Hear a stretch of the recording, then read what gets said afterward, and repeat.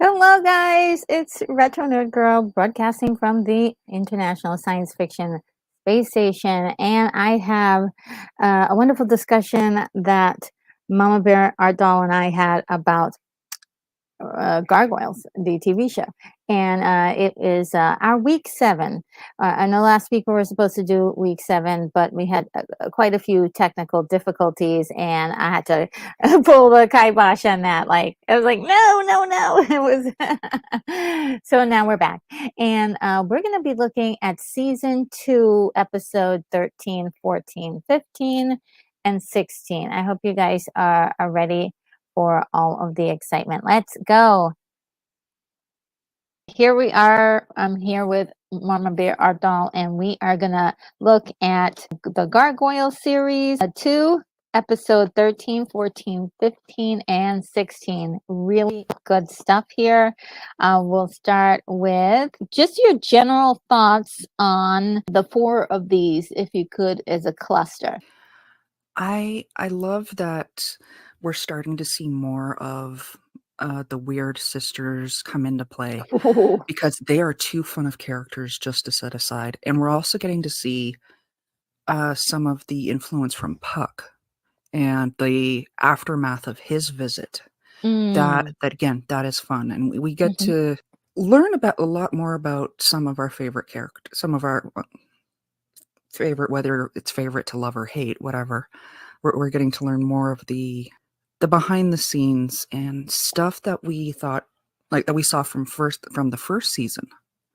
Yes, is really coming into play now, and it's been really fun, really fantastic to see all of this coming through when you didn't think much about it at the time.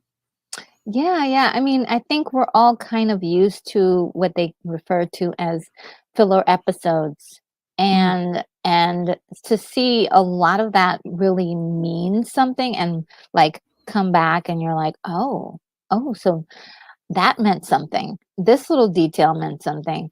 And it's just like, oh, how did they do this? How did they know in season 1 that they were going to need this, this particular tool, or they had something that they had set up? Now, whether it was intentional or not, I just think it's just brilliant writing to actually consider that people like you and I are actually watching and paying attention. This is not, this is not a waste of our time. We are looking at the details, and to see them being brought back is like, ooh, that's really cool. It's like a reward for paying attention.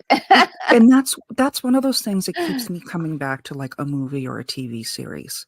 It's when you get those little details that you don't think much about at the time. Yeah. And it winds up being really significant after the fact. Oh, yes.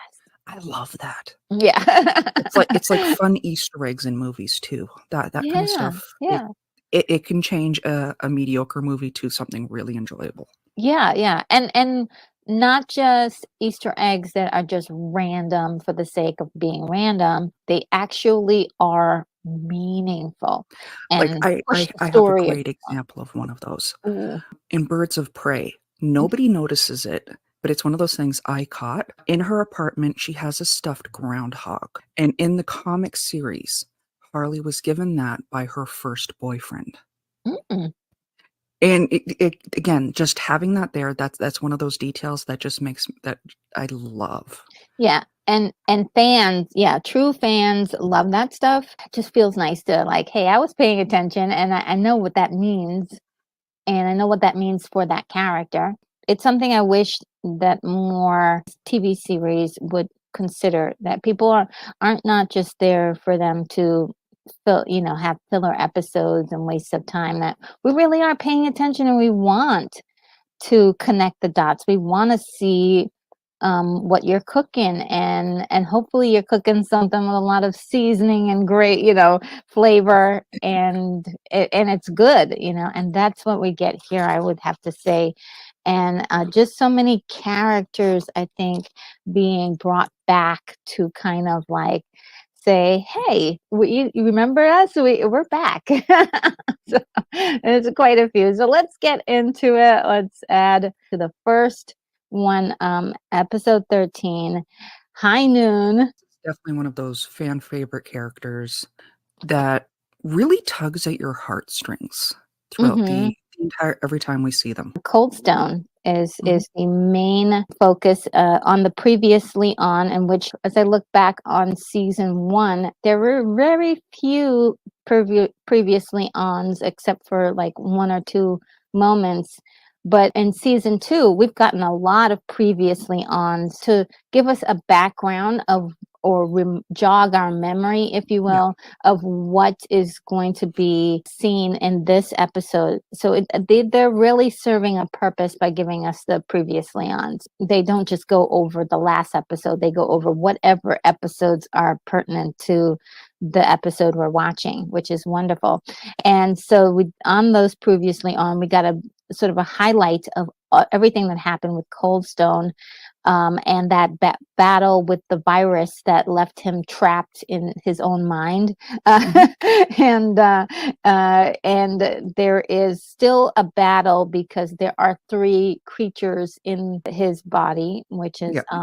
and which I call them Coldstone, and then there's the villain, and then there's the love interest.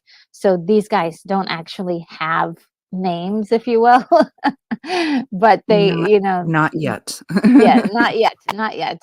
But we know who they are in by kind of that description, if you will. And then it comes to real life, where Hudson and Broadway are trying to learn how to read in the at the clock tower, and Lexington is trying to repair Coldstone. So they managed to get his body somehow, and they're working to try to free him of, this virus. And they've managed to clear out the virus, but they are still not getting a response from him. Elisa drops off some computer programming book and is trying to also help them with their mission to save their rookery brother, basically. Then the next thing is that Macbeth and human Demona come in and they steal Coldstone, and they steal some items from the clock tower. Macbeth stops Demona from actually destroying Elisa and the gargoyles because now he's got a code of ethics, which is really interesting. I was like, okay, so you're working with Demona and you have a code of ethics. The All of last this time, seems really off. I mean, the code of ethics really that's not a surprise for Macbeth because he was, a proper warrior yes, back in Scotland. But the reason why Elise is there is because, she was getting off her night shift and what walks past her is this looks like a female rookie cop with a bit bringing in a big guy with his hands cuffed in front of him, and another cop mentions to Elisa that that's got to be a rookie because ain't no seasoned cop would have somebody that big with their hands in front of them. And she's like, yeah. "Yeah, I'll go tell her," and chases her down. And that's when she realizes they went up to the clock tower, and she's like, Hmm. "This is not good." Which is my question is, how did they know about the clock tower? Right? Yeah. How did they know about the clock tower? And How did they also, know what was in the clock tower too? yes, how did they know where to find everything? Why are they working together? And I'm like, well, the last time we saw Demona and Macbeth, they were taken away magically by the Weird Sisters. Mhm. So my spidey senses were like going off the charts. Like, did they, did they escape? Did they Yeah. there's a What lot, and what's going initially, on? we don't know that they stole anything other than Coldstone. Yeah, yeah, yeah. That's not something that's mentioned until later in the episode. Mhm. And right now, I think the focus was like they've got Coldstone. What are they planning on doing with him? And why are they working together? Because the last time we saw Macbeth and Demona, they were at each other. They are He was actively gonna, trying to they are yeah, actively, trying to end each other. As yes, much as Damona's she wants him out of the way, but I don't think she wants him dead because that means she dies. yes, yes. And While Macbeth is just ready for it to be over. He's oh, ready to rest. Oh yeah, he wants to move on, but Demona is, because of the gift that Puck has given her, just as a refresher, she is able to be human during the day, which we didn't get to see that in any of the other episodes until really now. We got like a small glimpse of it. Hmm. Hmm. But this is the first one where we really get to see it. Yeah, And yeah, yeah, she can really blend in yeah. when she's not wearing her gargoyle outfit. Yes. I was like, oh, girlfriend is rocking that outfit so hard. I was like, you go, girl. Yeah, she, and at nightfall, Elisa unfortunately gets knocked out during this a scuffle or this encounter, and wakes up at nightfall. She tells the gargoyles pretty much what happened with Demona and Macbeth, and also is like they Well, discover that she didn't know Coldstone it is. was she didn't know it was Demona. She just said Macbeth was working with somebody because again, she doesn't know it's her. Oh, yeah, yeah, yeah, yeah. Yeah, yeah. She didn't quite know at that time, yes. I Uh, love that her first response, her first automatic, like, knee-jerk reaction when she woke up was to check everybody. and she was trying to figure out why did they take Coldstone. When they wake up, she's able to at least communicate to them what happened. And meanwhile, in the dream world, the bad entity in there flies through a portal. And that portal is actually created from Demona inserting a disc inside of Coldstone. And this is sort of a portal for, I guess, a personality to come through. Mhm. And so the one that gets through is the villain. And what I didn't mention before is that this villain has been tormenting the couple, the lovers, since the virus went away. Because if we remember the last time we saw the villain in the previous episodes, he got sucked into the virus. Well, when the virus went away, he escaped, but he's just been tormenting the couple. And so when he flies into the portal, Coldstone is like, yeah, Yeah. good riddance. Good riddance. Well, Yeah. Go yeah. on. But the love interest, she is very much like, that doesn't seem right. We Yeah, should probably. should we check that out? He's like, "No." He's busy. I thought this was very interesting. I don't know if it was a commentary on anything, but I can understand where he was coming from. He was tired of fighting, Mhm. and he just wanted to find some peace in this weird little world that had been created. Unfortunately, they don't have the joy of anything really in this world, but 'Cause, maybe yeah, just visually. he shows up with, like, heather in his hands, and he's like, "There's a huge field of it just beyond," and she's like, "Oh, wonderful," and goes to smell it, and she's like, "There's no sense, no it's not real just like everything else here." He's like, Yeah, "Well, at least we're together," you yeah. know? And they're so cute. I know. I love their little relationship, and but yeah, he just wants to enjoy this peaceful moment, and it doesn't matter the cost almost. But yeah, we'll come back to that because it goes right back to the regular world, and with the evil Coldstone in place, is partnering up with Macbeth and Demona, which is very, very makes for a very interesting cliffhanger if you go to the commercials, right? You're like, oh wow. So just before they put the disc inside of Coldstone to create the portal, Demona waits for the sun to set. She She doesn't want him to, recognizes yeah, to that see. that Coldstone, 1, doesn't know Macbeth and Yes. won't recognize her in her human form. Yes. So she makes sure to turn back into the gargoyle in order to create that connection with him again. And it's actually like, I'm like, yes, that's very smart. You Mhm. don't just and that's something I think another writer would have forgotten, that small detail, and just had her be a human, and not think of like, hey, will he even recognize her as a human? It turns out that when Demona turns into a human, it hurts a lot.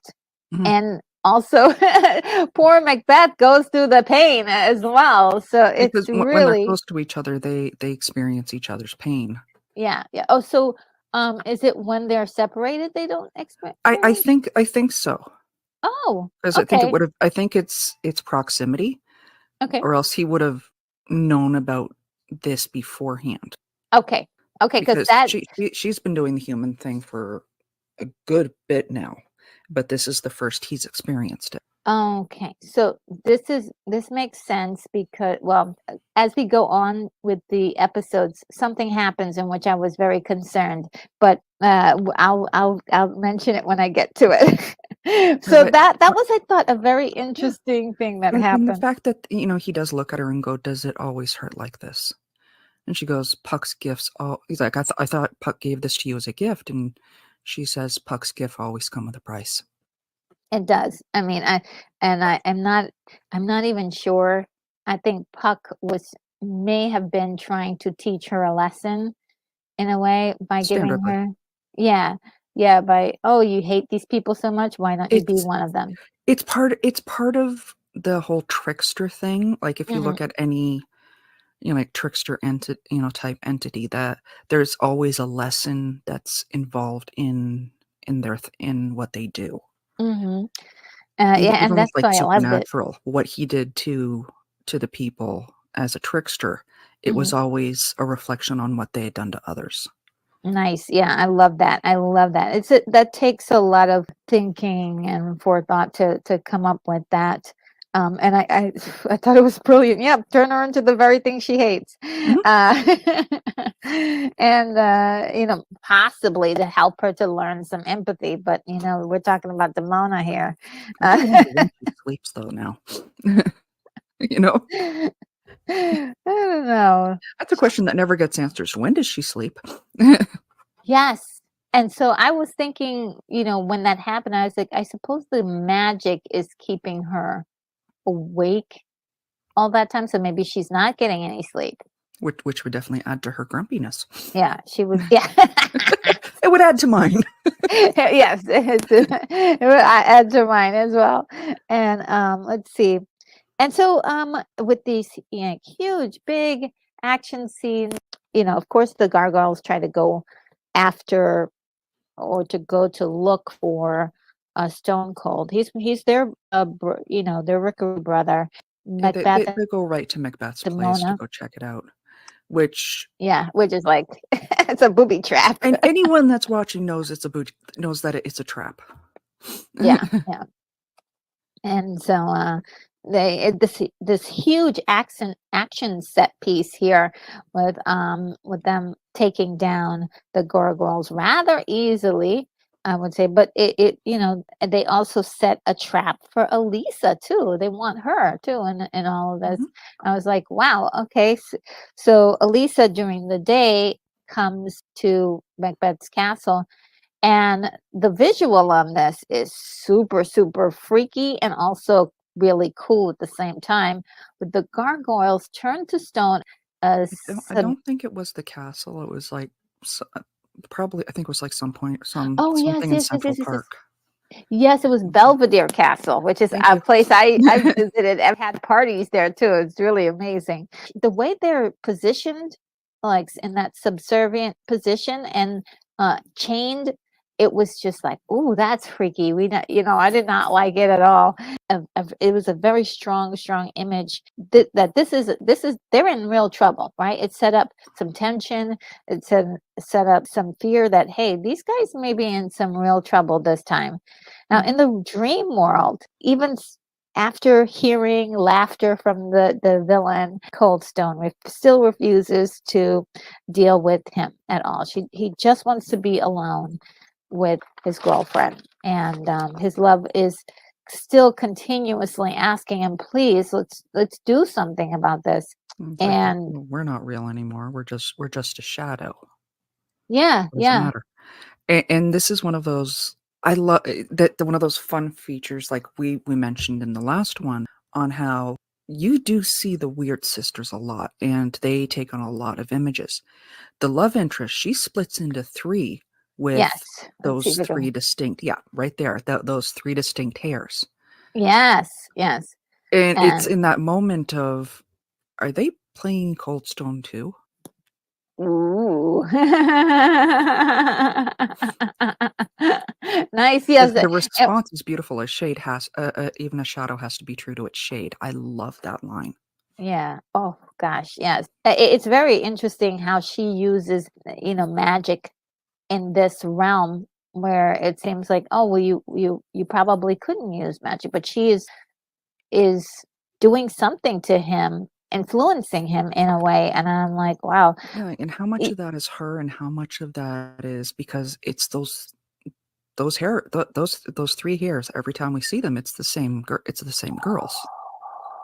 So is it her or is it the sisters? I didn't think about that. Mom Bear, you're a genius. I didn't even think about that. Oh my Yeah. God. And Every it time we makes see it, every time we see those 3 hair that combination of those 3 hairs that we see right now on yes, screen together, it's the sisters.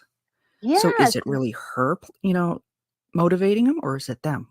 Oh my God, yes. Because Macbeth and Demona, they refer to as their children, and Yes. they clearly have some stuff at play in mind. Oh wow. This is really those weird sisters, man. Mhm. And this isn't the only episode where I felt their presence, or well, I thought of them. But this, yeah, I didn't even put that together that they were that she splits into 3 beings. I was like, how does magic work in this place? And of course it does. Yeah, And so it it because he's a creature not just of science, he's a creature of magic too, yes, to yes. get him into his thing, to get him into that form. I think he's more susceptible to this than other beings. So there's a possibility that he's the only one in there. I think the other 2 souls are still there because he is made of 3. He was put together Mhm. of 3 different gargoyles, which Because was completely accidentally, mm, that's got to be obvious. yeah, yeah, because there were so many pieces and they were Mhm. trying to put them together. But I thought, because see, now I'm wondering if she's real at all, or if this was just they managed to get hold of her or possess her for a few moments. Those 3 frequently, and this is the semi-spoilers for coming up, they show up when there's something in their best interest. Oh yeah. Oh yeah, I'm noticing this Mhm. very much, and this, at the end of this episode, you definitely had to know that. So with trickery, this love interest splits into 3 parts and convinces him to be more Do his ethical. duty. Yeah, and to use his ethics to do the right thing. And Yeah. so which is also something that I've noticed. This is not the first time they've used that kind of language to talk to someone about the right thing to do. They Mhm. did the same thing with Goliath when they first appeared, and so it is very I'm still trying to figure out what they are doing, which is really cool now. I had no idea that this was connected, I but love these 3. They play the long game really well. oh man, I can't wait. I'm like super, super excited now. But Cold Stone comes through the portal. Both of them actually Mhm. come through the portal and they fight with the villain. And the love interest holds down the villain and says, "Go out there and and take care of business. I've got this," which kind of makes me. I guess that guy must not be that strong. The villain character, because she's got him pretty aggressively there. Coldstone comes into his own body and frees the gargoyles, and then as soon as well, I wouldn't say as soon as he did, but once they realized they didn't have control of it, they bounce. I was like, "Ooh, they don't Yeah. want to even deal with that hotness there." for me, and during this whole time, Demona and Elisa are having like hand-to-hand combat Yes, it's with wonderful. Demona in her gargoyle outfit, which I do want to admit it fascinates the heck out of me that if she wears it as a human, the Yes. split in the back of her skirt magically heals itself. One of those details I found interesting. A little modesty, magic, I think. Oh man. Puck's magic is at least gives you modesty. I love Yes. that. But it also shows how much of Demona's fighting ability is tied to her gargoyle self. Yes, Because yes, she thinks, oh, this is going to be easy. Elisa is a trained cop in hand-to-hand combat. yes, yes. Which is And Elisa's great. kicks the floor with her, like just wipes the floor with her. Yes, and also, if you remember when Elisa turned into the gargoyle and she was fighting Demona, she still was kicking her butt. It's really bad. As much as Demona was a warrior from a long time ago, Elisa is trained in hand-to-hand combat. Yeah. And was taught to use her opponent's strength against them. Yes. Which is something Demona does not have. Yeah. And it's wonderfully done here. To see them, there's a lot of evasion of stuff, and I love it. The Demona's attack style is just aggressive and wild, and it works when you have a lot of power behind you of being a gargoyle, but doesn't work so much when you're in a weaker condition. So it was really cool to see. Of course, Elisa is displaying more of her skills. I mean, even from way back when we had, I believe, maybe the second or third episode, she was just killing it then, and she's just continued to be sort of a force of nature when it comes to that kind of skill. So I mean, I do love that. And also another thing that's happening here is that I'm noticing the bond between her and Goliath is even getting stronger and stronger and stronger and stronger. A lot of face touching and caressing, and I'm like, you guys get a room. She got it bad. Yes. Oh man. And so Cold Stone winds up flying off after the Cold Stone itself personality takes over.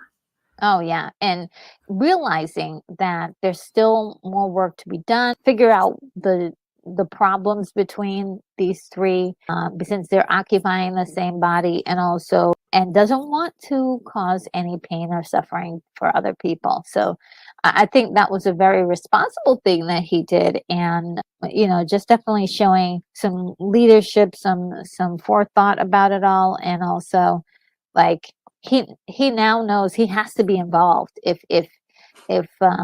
he can't just sit by and let things happen to his body, that he has to be involved. So I thought that was a moment of realization for him, that he has to physically remove himself from society in order to get a hold until of people can be safe for him. And I believe that was pretty close to his exact words. Yeah. I love that. I love this so much. We get back to, I believe it's Macbeth's castle, and they are sorting out. Do we have a visual of them at the castle? Oh yeah, I think you're right. Thank you. No problem. Yeah, these two. So at the castle, they are, what can I say? They're going over the events that has happened. Yeah, Cold Stone was not their primary target. Yes, and as Demona says, he was the diversion. That way Goliath will be chasing after him for weeks before he even notices that they have the book, the eye, and the Phoenix Gate. Yes, the Phoenix Gate. And it was kind of like, oh snap, somebody's thinking. This was an elaborate diversion, but also they got the things that they needed, and they knew that nobody would figure it out for a while. And so then they are looking at each other like, okay, so now we're good. I'm thinking, and this is when this is when the questions start coming in. Yeah, because I was asking the same questions. I was like, okay, So maybe we'll get some answers here on how they started working together. This will be great. We can And get some answers on and that. they start asking the questions like, "How did we know this stuff was there?" Yeah.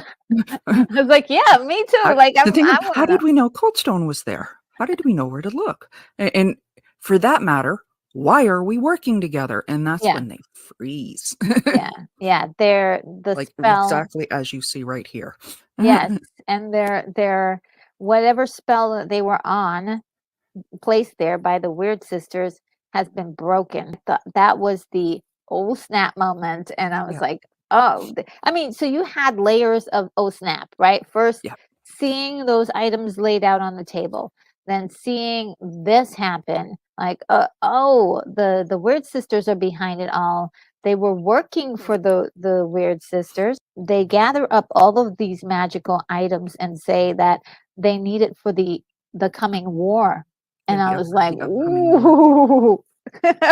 And if you guys will remember, when they went back in time with Xanatos in that, the Archmage, he was every time we see the Archmage, Yes. he was trying to get his hands on all 3 items because obviously Oh, he had the Grimoire. yes. The princess that Xanatos and Fox rescues, she was bringing the Phoenix Gate, Okay. and I think he had the Eye of Odin at the time, the Archmage, because he was and he mentions he's trying to gather with anyone who has all 3 items has the ultimate power. We still don't Oh, know what that is. yeah.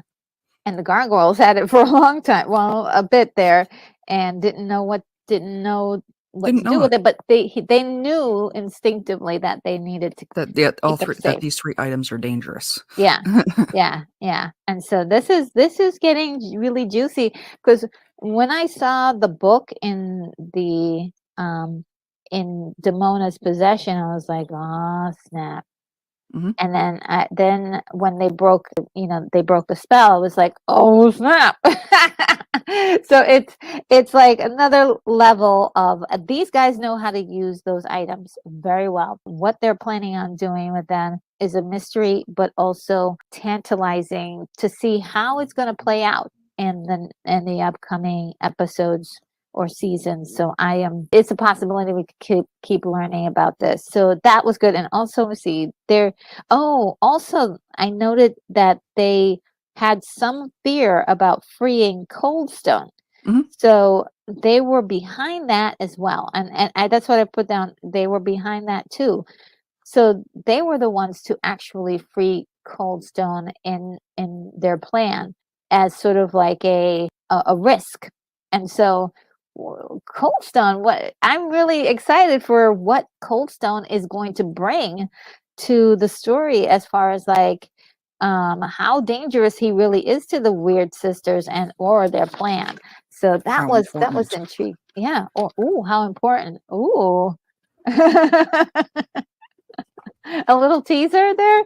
Possibly. Uh, yeah, it was wonderful. I fully enjoyed it. Again, intriguing stuff. Intriguing stuff Mhm. keeps your mind going. These ladies are truly, I love these 3. They are just gorgeous. yeah, they are.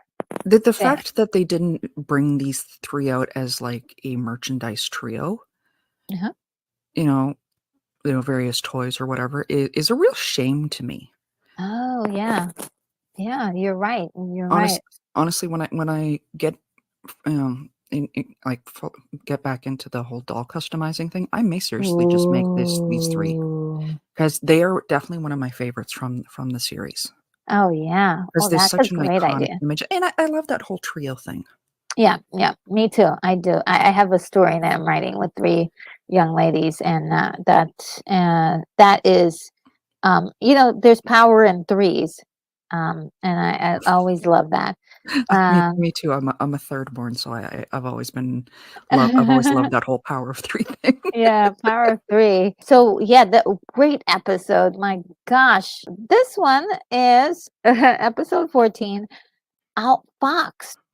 Previously on, we get a series of Fox highlights, if you will, with Xanatos. We begin the story that it's been a year since the gargoyles returned to civilization, that incident where they crashed that vessel that was hovering in the sky.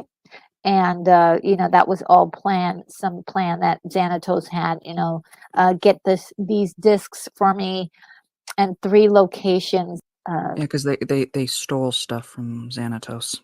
Yes, he that was his little plan that he set up so the gargoyles could go in and do his dirty work for him. This is really interesting that event from season 1 has now come back to kind of haunt the characters, if you will, because there's a new vessel that is giving flight.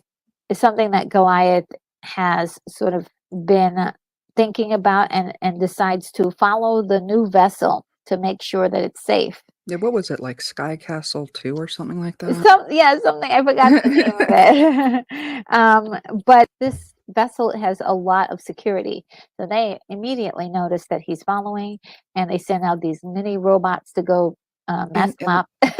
And that's it. The entire, staff of the ship are robots.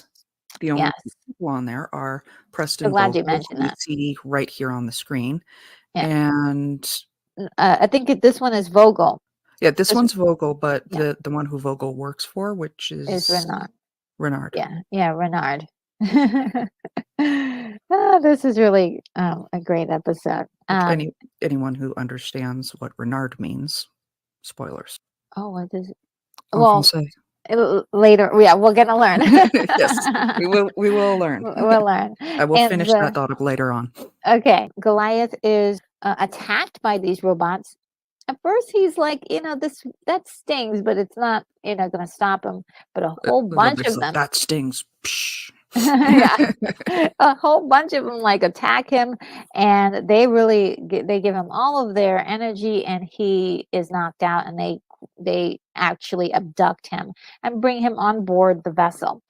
And on board the vessel, there is Renard, who's basically the owner of the company that makes this vessel, and also is very emphatic about this particular venture being a success, especially he's after poured everything into it.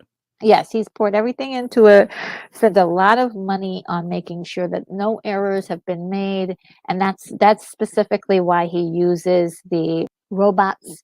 And on board is a man by the name of Vogel, which we're seeing right now, and he does have a striking resemblance to Owen. I was like, oh, at first I thought it was Owen with a hairpiece on or something, or a wig. I was like, is that really Owen? But his name is Vogel, and he has been paid by Fox to sabotage the ship. She's got a hostile takeover in mind, and so this is part of her plan. And we'll go into that a little bit later, because there's a really important scene where she kind of divulges all the information on that. But she is behind a lot. Her fingers are in the pot, if you will, and trying to sabotage this situation. That scene right after is basically a Fox sparring with Xanatos, and she's actually there are moments when it has the upper hand, but she basically wipes the floor with him. I mean, he does land one kick or something in, and he's like, "Are you distracted? Having second thoughts?"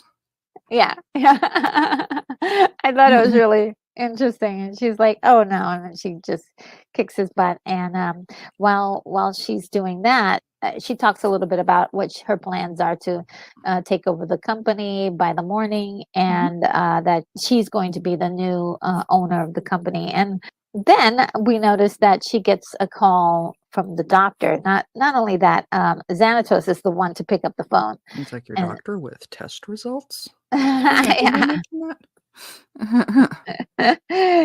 I was taken over by the eye of Odin and turned into a werewolf for a couple weeks or however long. And I thought that was really interesting. Immediately, I think I got the inkling that this was going to be a pregnancy. But what did you think? Did you also think that? Yeah, being honest. Now, which I There was was like, there was that, well, they are married.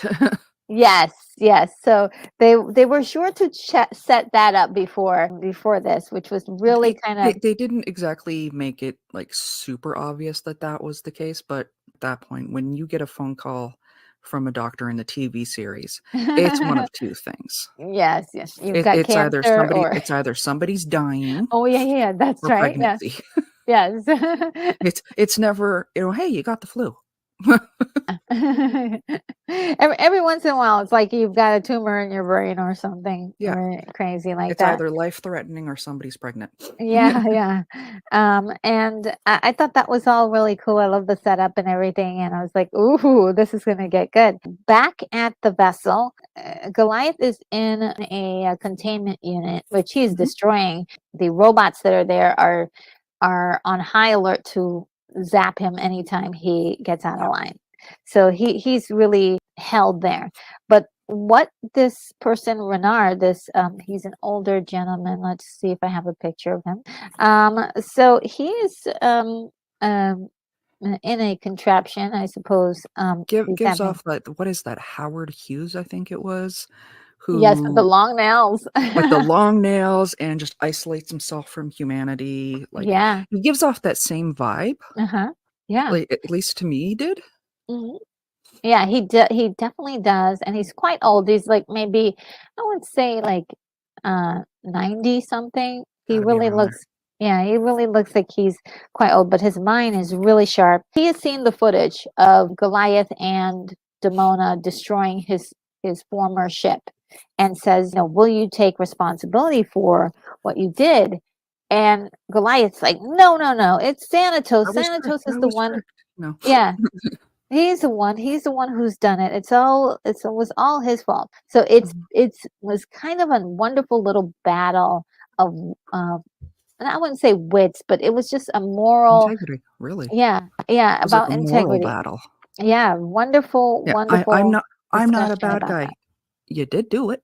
Yeah, is that not you? It's like it goes on for a little bit, but it was really nice to see how it was played out because Mhm.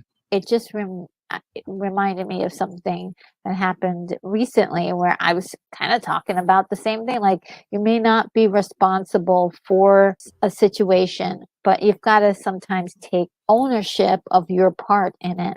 And then all the while, Vogel is completely taking over the ship and pretends that it was the gargoyle's fault to set it up as if the gargoyle Goliath had did something to the robots to Yeah, make he brought them a virus aboard. yeah, yeah. So he wanted to be Does captured. he look So like he could bring a cyber virus aboard? A computer virus? yeah, like wow, it's very interesting because this Vogel character is you just don't like him. He He's reminds you too much of Owen. yes, That it's hard to take this guy who seems very wooden for a lot of aspects. yes. You know, it's hard to take it's hard to not look at him and think that this guy's gonna be just as smarmy as Owen. Oh yeah. Yeah. I mean, I feel I because one like is he like his twin brother or something? Like these guys are so much alike. And so I don't know. I was really excited about just seeing more from him because I was like, oh gosh, just a terrible guy. What is he gonna do? He Mhm, creates a lot of destruction because each one of the robots, little bit by little bit, begin to transfer over to his control, and he has them take the ship. He's positioned it to crash into a building, and that building is filled with people. mhm. And his plan was to get himself and Renard off of the ship through an escape chute and blow up the ship before that happens. He did not want to cause the death of the people in the building, but he just wanted to fulfill his task, which was destroy that ship. And so, and using the people was sort of his way of getting Renard, like, hey, Renard, those people are going to die if you don't come with me. So it was sort of a risk and a game if you will, to see if he could, or a ploy is more like it, to Yeah. get Renard to come with him into the escape pod, but he misjudged the fact that Renard is like, he's He's like stubborn. Captain Integrity. Yes. He's like, He, I'm going down with this ship. yes. What if it goes down? I'm going down. Yes. So it was really kind of a battle of the of the mind there, and it's a huge, big action scene that happens. Oh well, before that, Goliath has his conversation with Renard, in which he does finally admit Mhm. that yes, I I'm did it. I'm wrong. responsible. Yeah, I was responsible for that, and that yeah, was a mistake on my part. yeah. And I thought that was a wonderful moment, that was handled really Mhm. well. And this all happens before the pandemonium happens, before we even know that the ship is in danger. So, it's not urged by that this is something that actually happened, and through conversation and realizing, hey, That they both maybe have, this. like, the same kind of values. Sorry, go ahead. Yeah. Oh, yeah, yeah, yeah. Yeah, they do have the same values, but and also this man is actually saying something that rings true here. Mhm. And like, it feels right. It feels morally correct. I did go along with Xanatos's plan without asking questions, without, asking the proper questions or knowing what I was doing. And people died. And so him taking that ownership, I was like, good for you, Goliath, good for you. I mean, he's already a great guy, but Mhm. you know, he has been caught up in situations, especially with Xanatos, and especially that one in particular, where he really needed to clear his name. The world is a dangerous place. It's terrible in many places, but what is your part in all of it? Like, Mhm. and so, yeah, I love that. I love that so much. These are ethical questions and situations that you just don't, you just can't get from any other source, except for like in a story like this. You just don't see it all the time. So I love that inclusion. And just moving forward, it's at the last moment, and Vogel actually changes his mind, and says, okay, he's going to help Bernard to save this ship. But it was also because of Renard's words. He's a great convincer. Yes.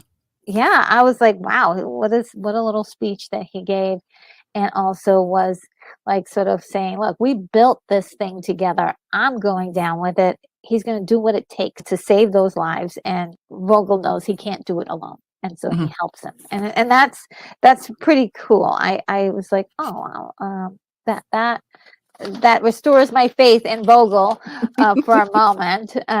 Don't know what other things that he could do, but he was willing to give everything up for whatever it was that Fox was offering him, which was probably a lot of money. It was very interesting because Goliath is growling in his face. And he's like, Mhm. "Oh yeah, yeah, I'm Yeah, okay, I'm yeah. okay." And it's like, I've got a small confession to make, a big confession. I'm gonna tell you everything. yeah, yeah, we're just yes, I love it. That's exactly how it went. Yeah. And yeah, Renard, at the finish of it all, and Vogel goes away. Renard actually is like, I hate human beings, and Goliath is like, well, I think your mistake was having to depend on so many Mhm. robots here, because they really can't change. Only humans could do that. I think at the end, Renard kind of agrees with him. It's clear Renard has had some real, and I'm trying to think what's the word I'm looking for. He's really jilted when Yeah, it comes to people. yeah, And he expresses during the episode that his integrity had cost him two very important females in his life, yeah, Anastasia and Janine. And yeah. I highlight this stuff for a reason as Yes, well. thank you for bringing that up, because Goliath leaves, and I love the fact that he says we're friends, because Yeah. I think Renard was like, okay, we made a fantastic exchange, and We're even. we're Yeah, even. first ship, we're even now. He's like, "No, we're not even. We're Yeah, friends." we're friends. And I was like, oh, cool. Slightly cheesy, but it's a great moment. That's what Renard needed, because he's, Yes. especially after saying, I hate all humans. Well, here's one human that is wanting to be your friend. And, Not exactly human, but that's right. Okay, he's not human. here's one Here's creature. one, It's a yes, creature. start. Yeah, going down the right direction. When Goliath leaves, someone does infiltrate the vessel. Yeah, And we see a hang glider coming up to the vessel, and I'm impressed that this hang glider can actually catch up to it. yes, I was like, okay, well, I'll buy it for $1. Yeah, cartoon physics, gotta love it. Yeah, this person is all in black, and you can't see really any their face. It looked like a ninja, but then they get inside of the vessel, and you can see it's Fox. And Yeah, it's like they walk up right up behind Renard, and without even turning around, he's like, "Hello, Janine." yes, he knows she's there. She knows. She takes her ninja mask off, and she's like, "Hello, Daddy." Uh-huh. Back to what I was saying earlier, the name Renard, Uh-huh. that is French for fox. Yeah. Oh, nice. You see these guys that they That's think about again those one of things. those details. Gotta love it. And her father knows that she's behind the attack, and is and says, I was just willing to give you the company. You don't have to do any of this. All you have You to just do gotta is ask for it. ask." Yeah, and so And she's like, "Well, where's the fun in that?" yeah, It's she's always just about so fun with you. twisted. And that was when I realized, oh my God, Fox and Xanatos are perfectly matched. They are both sick people who are just really after the thrill of chaos. And it's actually kind of cute that they are attracted to each other the way they are. Right? Um, and then, as sort of the last stinger, the last thing, she says, "Oh, well, you're going to be a grandfather." Mhm. Yeah. Yeah, maybe you'll connect better with the next generation. And he puts his hand on his stomach. A little Yeah, high for the record, but yeah. And then, I was like, "Oh my God, that poor old man. He is." He's got to deal with the next generation of crazies, and yeah, uh, a kid raised by Fox and Xanatos. Yeah, um, that kid's gonna be morally sound. yeah. Oh my goodness. So yeah, I'm sure this is going to be probably going to lead to some stories. It's going to lead to some stories. Yes. Yes. They without getting into spoilers, yes, Fox and Xanatos' baby really brings a lot of stuff into light. And again, that's one of those episodes that it's in my favorite category. Oh wow. Yeah. We will get I there. Okay, we'll get there, huh? Yes.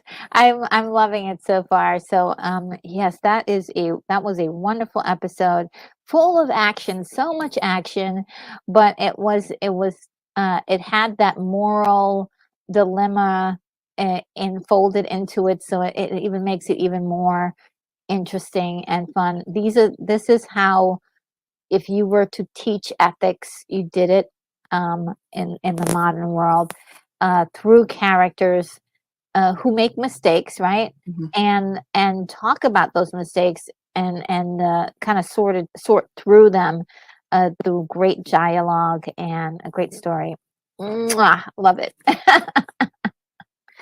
All right, so the next one is for season 2, episode 15, The Price. And this one, previously on, we get some highlights from Hudson's time on the show. And basically just showing us his ingenuity and little things that he did in the episodes prior that we really loved.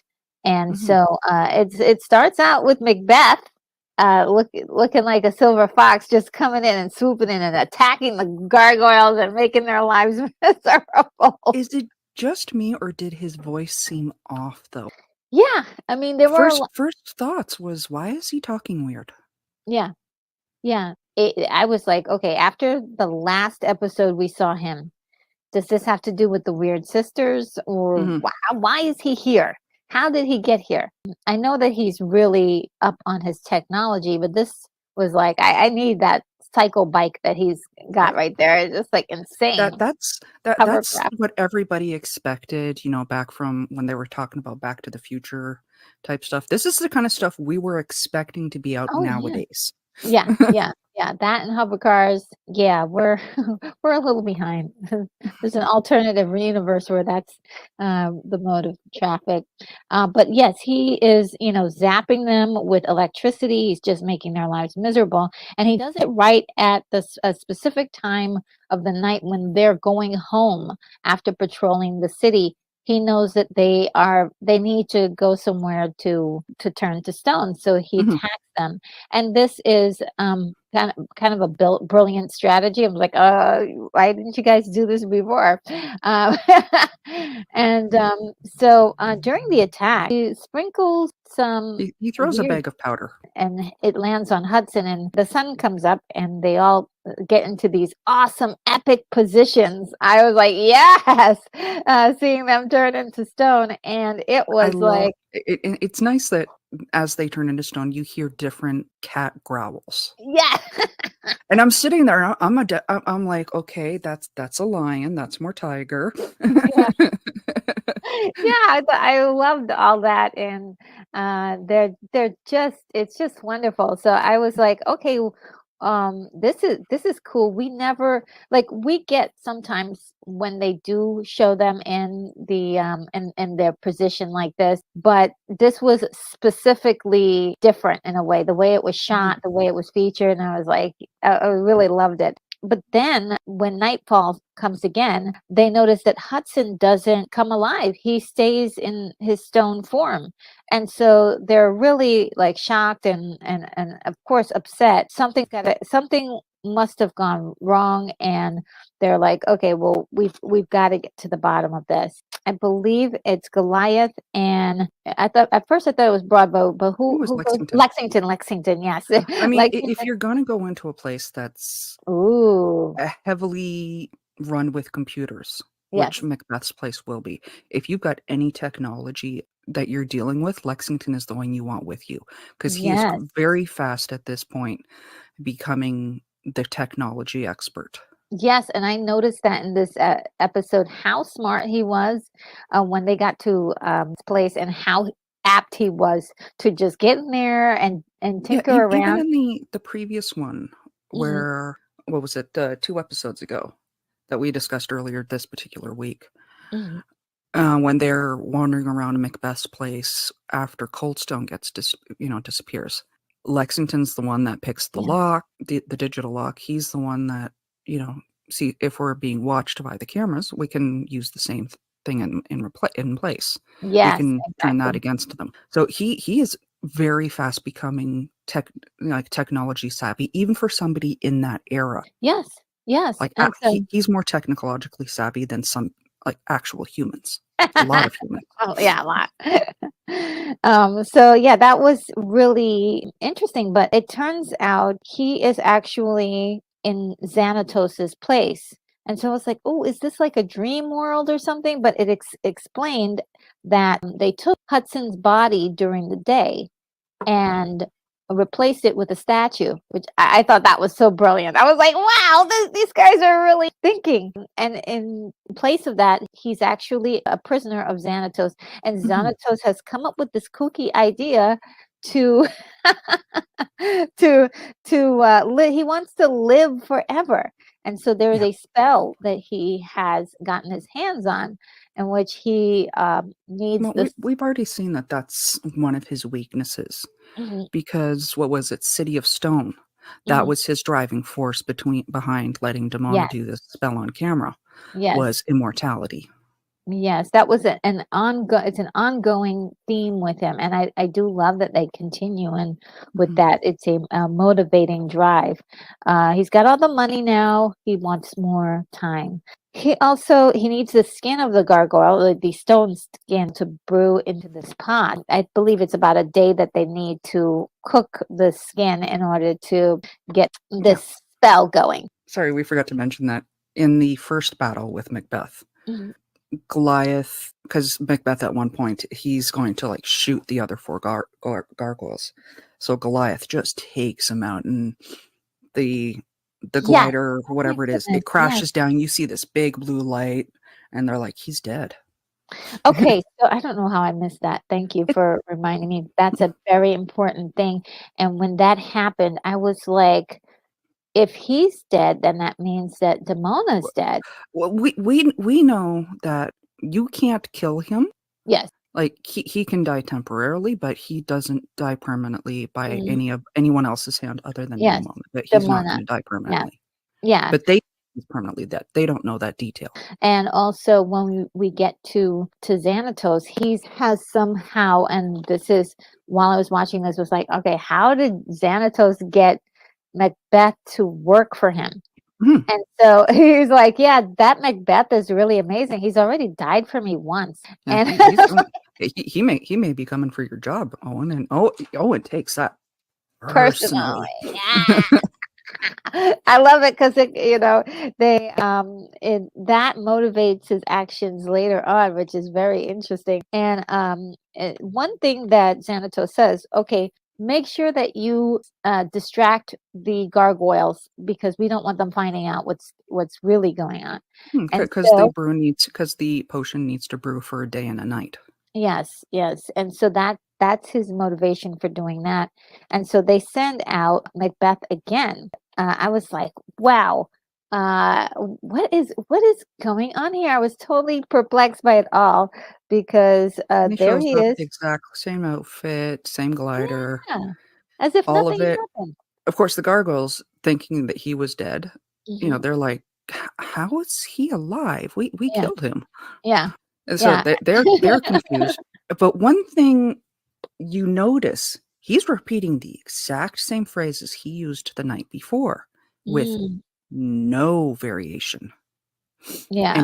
he's still talking weird. At first, I was like, "Okay, is it the weird sisters behind all this? What's going on here? Why would they have him in position?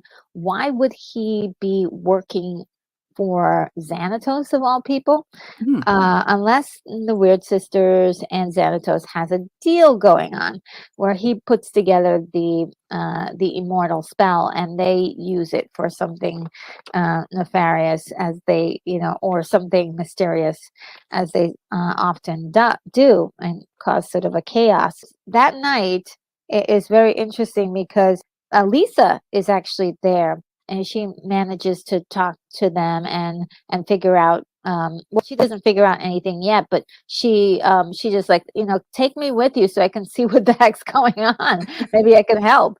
And lo and behold, Macbeth comes in, causes a ruckus, and Again, near it's dawn. yeah, Like and near dawn, right? Yeah. near dawn, and dawn appears again, and then I believe it was Broadway. Broadway Mhm. is in mid-flight and falling to his doom as Macbeth has left the situation. He's not really after to kill them. Yeah, He just once they down, he's gone. yeah, he's gone. Elisa figures out a way very ingeniously to save him from crashing and dying essentially. Yeah, So takes her pew pew and, shoots down a crane, yeah, and it's full which of what? luckily was full of, like, carpet or fabric samples or something Yeah, like that. which I thought was really cute, and I was like, "Okay, okay, she As saved him." somebody who's hauled around, like, bolts of fabric, they're not that soft, No. but again, cartoon logic. Yeah, Cartoon cartoon physics. logic, but at least creative, I will give it that. The following night, Macbeth comes back and attacks again. This time, he destroys the statue of Hudson, which enrages him to the point that he deals a very fatal blow to Mhm. Macbeth, and I was like, "Oh, snap." this is serious. But we discover that Macbeth is a robot, which Yeah. is pretty surprising and very. I was like, "What? He's a robot this whole time?" I was like, "That makes sense." Okay, now we're making sense. But why would Xanatos think to use Macbeth? And I was thinking it was just a decoy. This is a decoy because they didn't want to tip off his hand that he was responsible. They wanted to make it seem that somebody else entirely was responsible for all of this mess, so they wouldn't come looking for him. And Hudson is, is kind of being taunted, but he's very resourceful, as we know from earlier episodes. And so he uses a piece of his own skin as a sword, as a Yeah. makeshift sword, and is able to free himself through a really awesome little action sequence. Yeah, without a And sword, you're helpless. Swordless, yeah, yes. Helpless, no. I can't say it like he does. He's got a really thick Scottish drawl. oh, it's wonderful. Oh, Yeah, I played I can't do it. by Ed Asner, and so that was ingenious, and it got Mhm. him out of the pinch. He was very resourceful. He kind of leaves Xanatos with this kind of this saying, and I'm totally saying it differently, but something like "Time is what you make it, and what you leave behind." Of course, this is on deaf ears because Yeah. Xanatos is like, yeah, whatever, and he said, let him go free. He earned it. But then here's the other. Oh my God, Like, this blew my mind. it's a shame this potion's going to waste and, we won't be able to get it tested. And so, without hesitation or even a second thought, Owen rolls up his sleeve and sticks his arm in the potion. And when he pulls it out, it's stone. And Mhm. luckily, it's in a fist form. And Xanatos is like, "How did that go? You shall live as long as the mountain stones?" And Yeah, how literal. yeah, yeah. So it turns his arm to stone, and he's Mhm. simply says, "Oh, thanks." Like, Thank you. yeah, That'll be all. thank you, thanks. So yeah, that was a great display from Mhm. Hudson. He's just such a big fan of Hudson around, and It shows really strongly how his age has also brought a lot of wisdom. yes, yes, Mhm. and he uses it, and he uses it And he's very excellently. resourceful too, yes. Yeah, and the way everybody is just in the clan is so endeared to him. Mhm. That's the other thing. I mean, he's just one of those characters you root for, and I was so happy when he did his little thing. He got out of there by himself. He didn't need anybody to rescue him. He did it on his own. So yeah, I That's loved good it. because they thought he was dead. I mean, he winds up walking away with the head of the broken Hudson statue. Yes, yes. That's so poetic. I love it. And so the next one that we need to look at is season two's episode 16, Revelations, and another amazing one here. We start out with previously on a lot of the things to do with Matt And his Bluestone. obsession with the Illuminati. Yes, and his connection there. And they made sure to show us this his talks with a friend by the name of Hacker, who was also they used to work together in the FBI.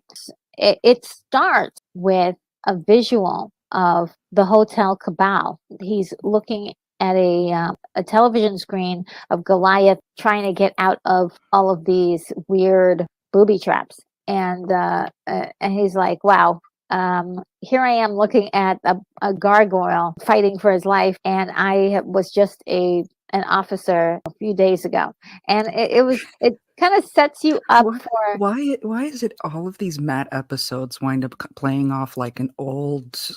like one of those noirs, right? From Yeah.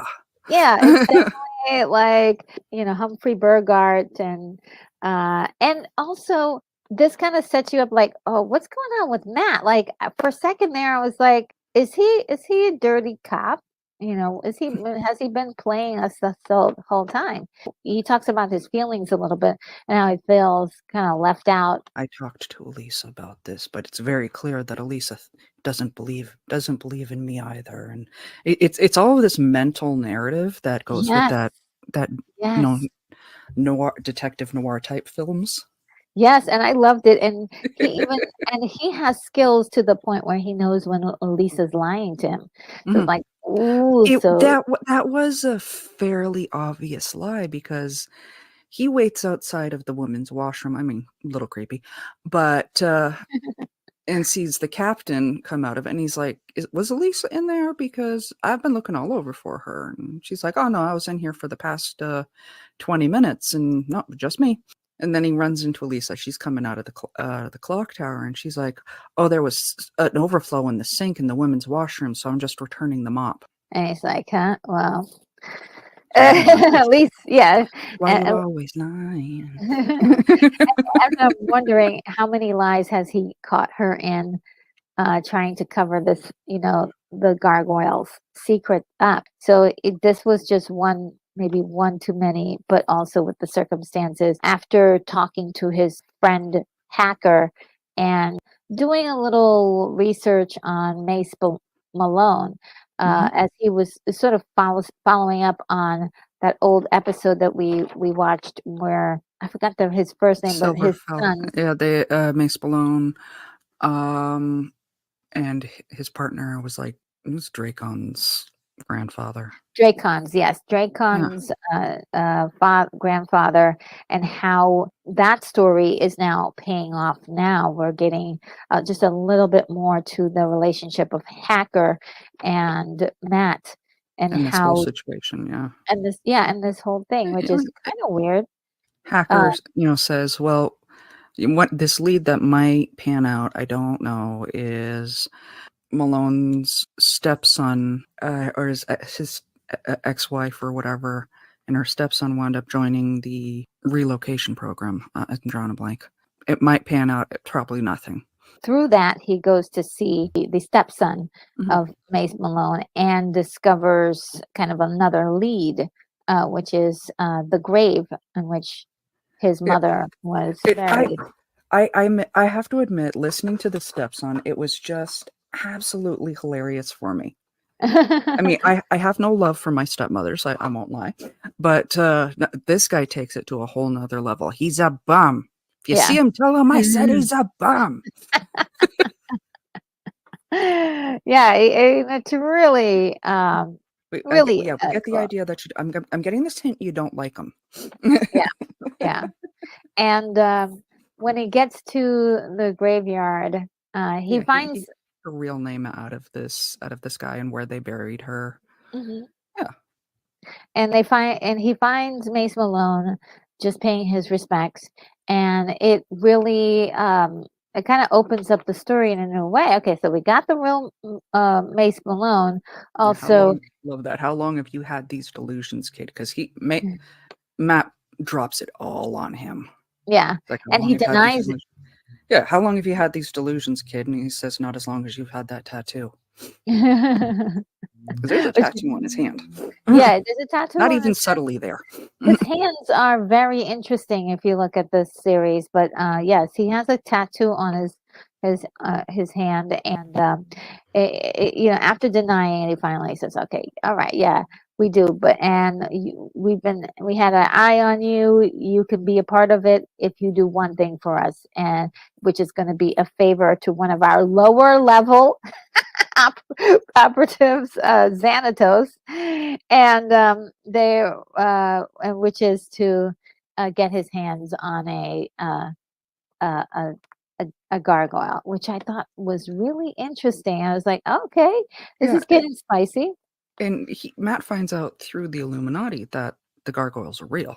Yeah, And and so the next shift, he's pissed. Like yeah, They're in the car, and Elisa's saying to him, "You haven't said 3 words all night." Matt looks he at her says and three goes, words.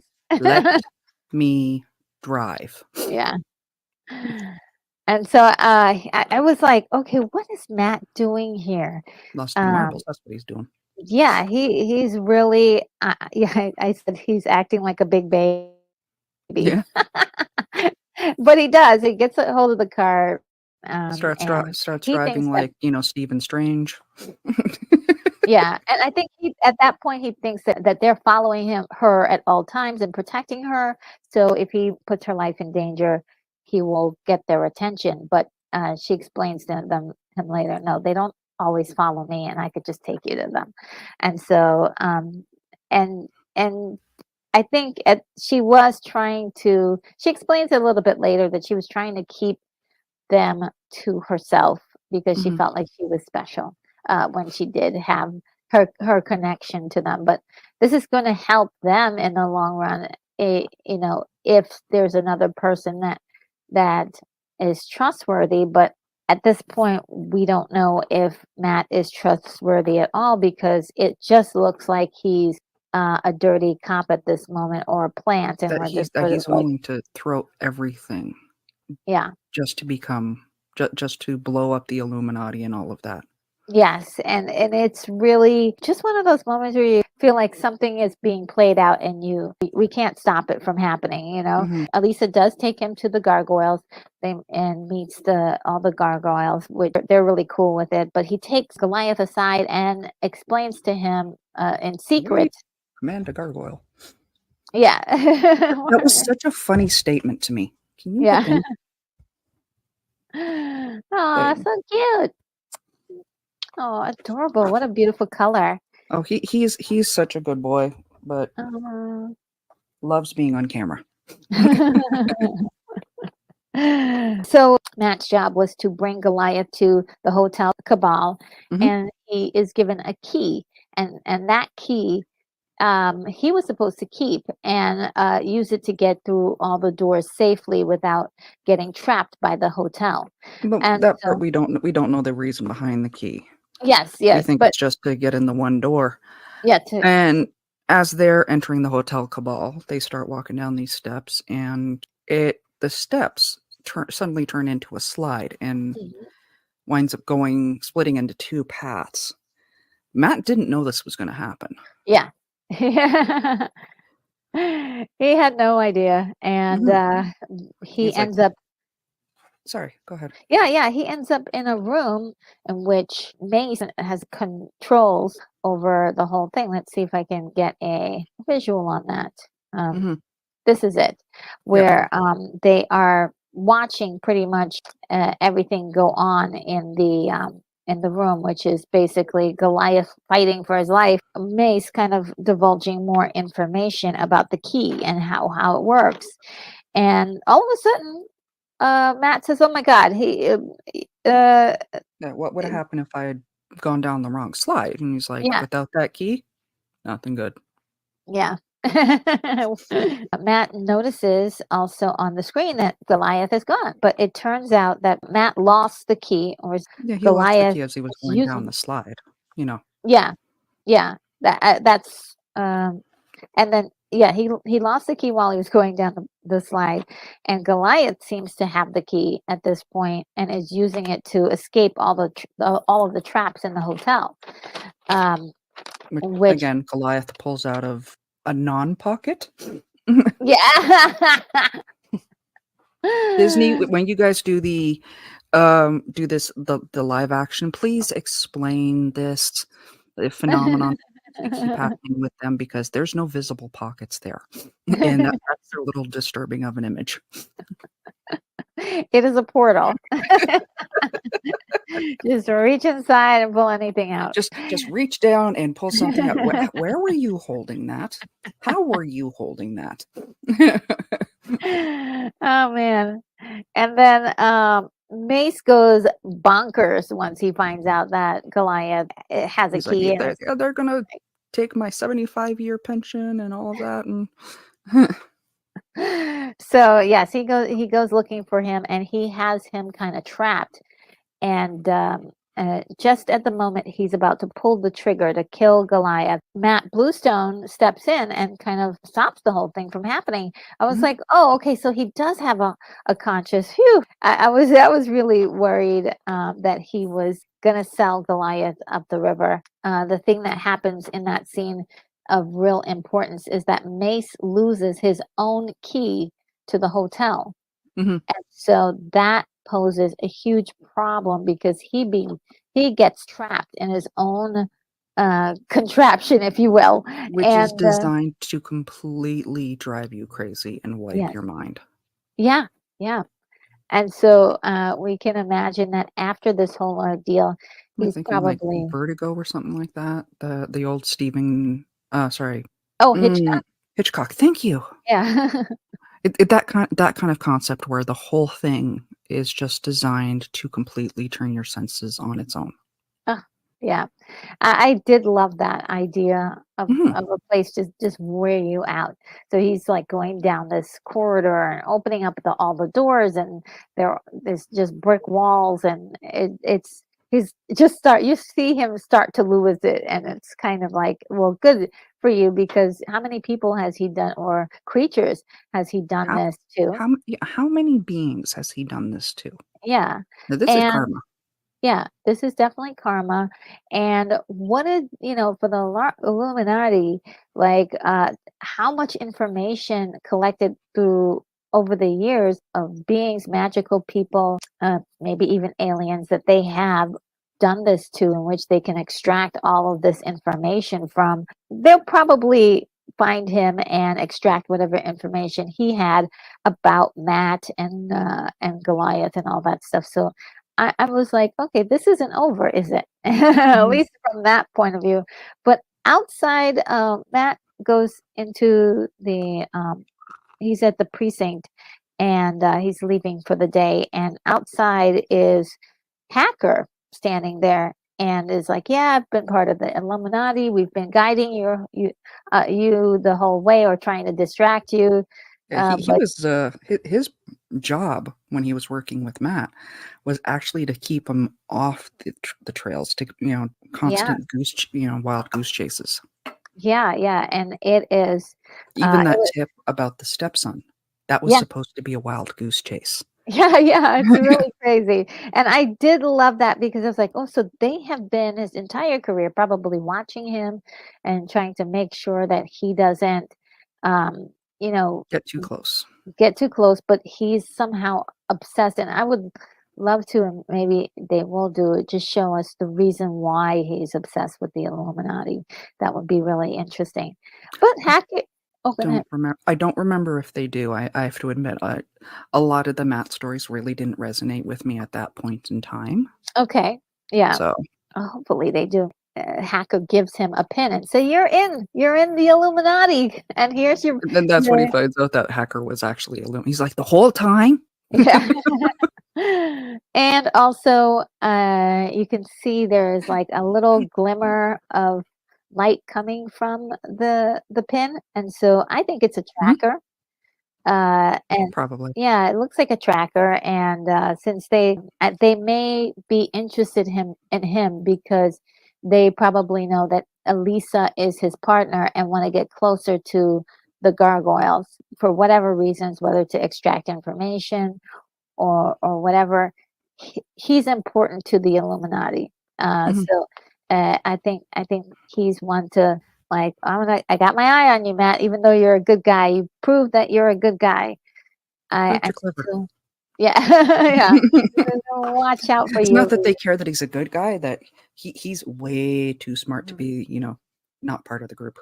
Yeah, and he is also determined. He's also Mhm. driven, and so yeah, I do want to see more of what comes of this. And I said here, my exact words was, it seems to be setting up something more in the future, which I hope there is, um, for that. But yeah, that wraps up this episode. What a Mhm. great episode, with so much more that could be available storytelling wise.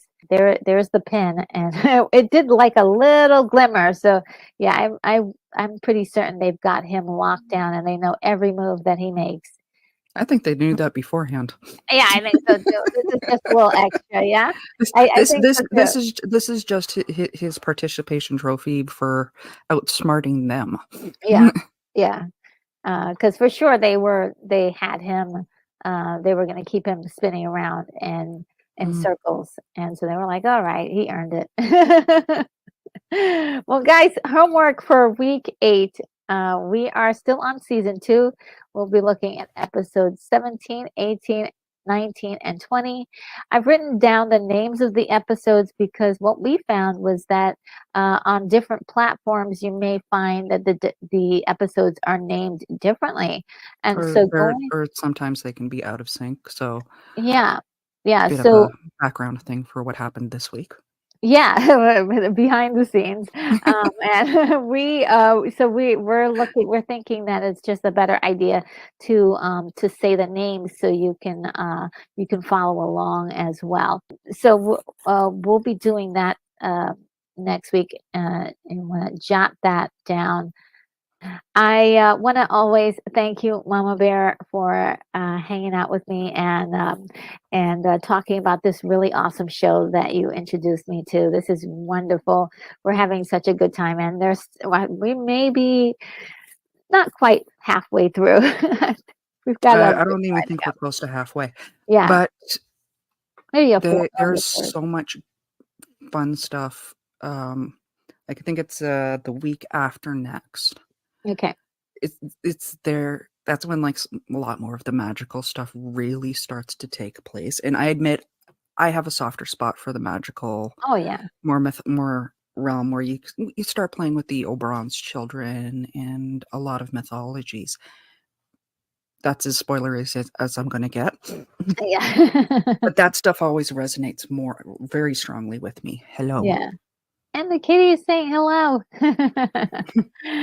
Yeah, that is, I'll take them both. I love a little, sci-fi fantasy, going on here, and this Oh, yeah, seems like, to I really grew up Star Trek. The sci-fi fantasy will always for me, but yeah, that when they start getting into that whole magical, like, oof, that that that that has me in a tight grip. yeah. I can see that's, whatever plans that they have is brewing. Like, it's bubbling and brewing, and I'm definitely here for it. And so, well, I'm gonna wrap it up. I'll see you next week. Yep. Love you.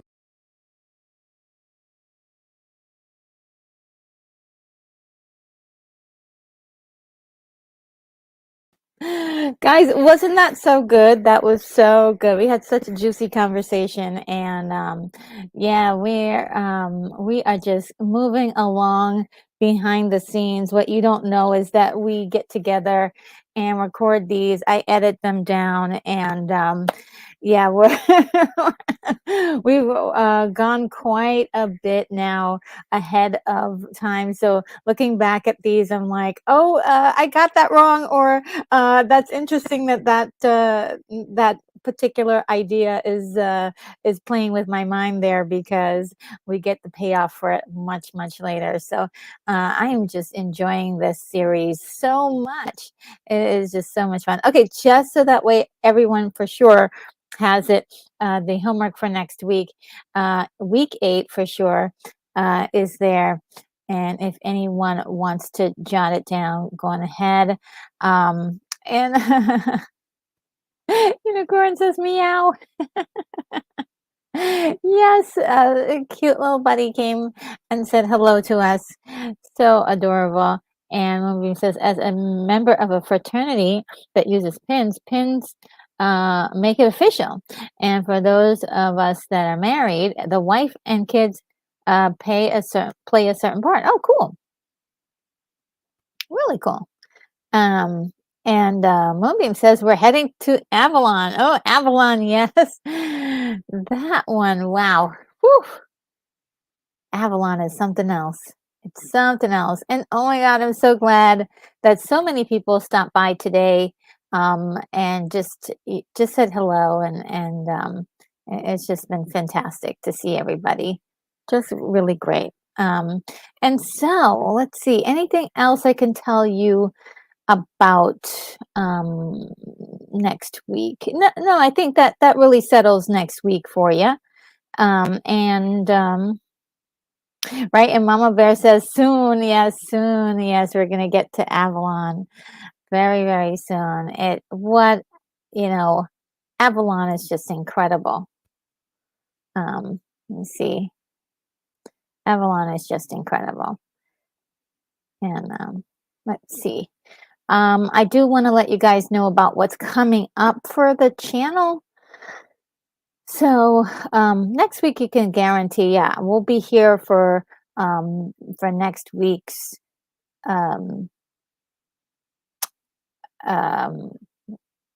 sorry, my mind it just went crazy. It just blanked out.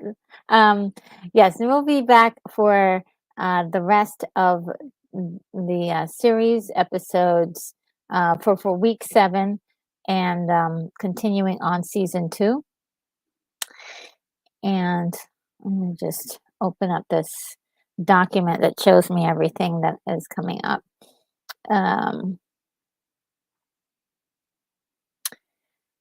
So this Saturday, oh my goodness, this Saturday is a whole bunch of stuff going on. This Saturday I have 2 watch parties. 2 watch parties. I know I'm insane. But the first watch party is going to be Things to Come, 1936. I really wanted to do that particular movie because it has a great discussion within it about the future, what the future world might look like, and they were exploring that stuff back in 1936. They had some really cool ideas, and I definitely wanted to look at those. And then we're going to be at 7 p.m. Going to be looking at The House of Usher, 1960, with Lorena Creole, and then just to let you guys know, of course, next Monday we're having a member video. All members, do check it out. Check out your member tab, because I definitely put in a new video in there. So I'd love for you guys to check it out, because on Thursday I'm going to make that particular video public so everybody can see. But for now, it's going to be a secret amongst the members. Okay. And what else? Just to let you guys know what other movies we're doing for watch parties coming up. We're doing The Great Gatsby from the 70s, Dark City, and Dirty Rotten Scoundrels. I'm thinking, and I really want to do this one. I really did love this movie, Sword of the Valiant. I want to shoot it past the audience and just see if that's something that people want. Sword of the Valiant with Sean Connery is in that one, so it was really, really good. And I'm even looking at an older movie called The Magic Sword. That one is, it's such a wonderful little fantasy movie that I enjoyed so very much. So we'll see about that. So for now, guys, that is the lineup that's happening. I may be doing some visiting on other people's platforms. I will let you know when they come about. Do keep your eyes peeled open for the tab. What is it called? It's the community tab. Community tab. And I will see you guys then. You guys have a wonderful evening, and thank you so very much for joining us for this wonderful little discussion that we're having. Take care.